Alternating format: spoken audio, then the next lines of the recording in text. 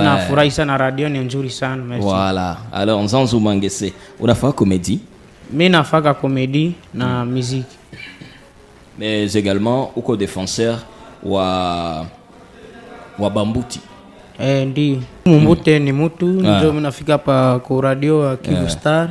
Ndio mimi nafurahi sana na mimi nasema kama Star Mumbute nafika kuya presenter kwa Kivu Star. Wenjo star wa Bambuti yote. Ndi. Dernièrement kwa competition ya Goma Challenge Muzika.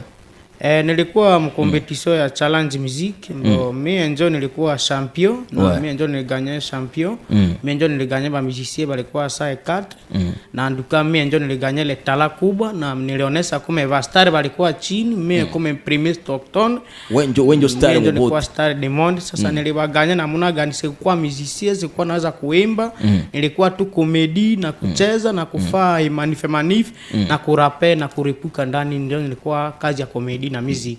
Mais ulikuwa naimba kidogo kidogo? Anduka kama mimi nilikuwa naimba tu Ruga, Swahili ndio sikuwa naweza.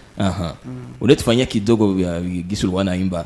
Kreso kidogo nilikuwa naimba, ilikuwa nakuwa kusema adata ugwe adidu pasadu, adata yada adikwe ima emwendo boye ima ile tunjo ilikuwa pale kwa sema nini?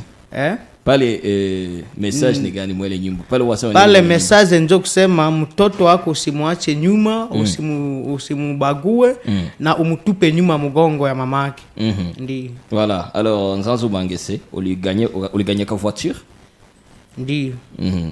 Wakati niliganye ile voiture nilikamata kado ya voiture na competition sana nilimaliza, nikafaa tournée, nikazunguruka tournée, nikaenda Bunya, nikaenda Iga, nikaenda Chomia, nikaenda kwa banaita Iga Barriere, nikafika Durba na Kampala. Njoo maana sana nilirudi nikamaliza tournée, njoo nikarudi hapa Goma. Tournée ilipita Ndo tournée ilipita vizuri na mimi nifurahi sana, bafana yangu walinifurahisha na nilifaa 7 makosere, nilifaa kosere ya Ruga na Swahili, nilifaa Swahili mingi na 7 kidogo ya Mambuti.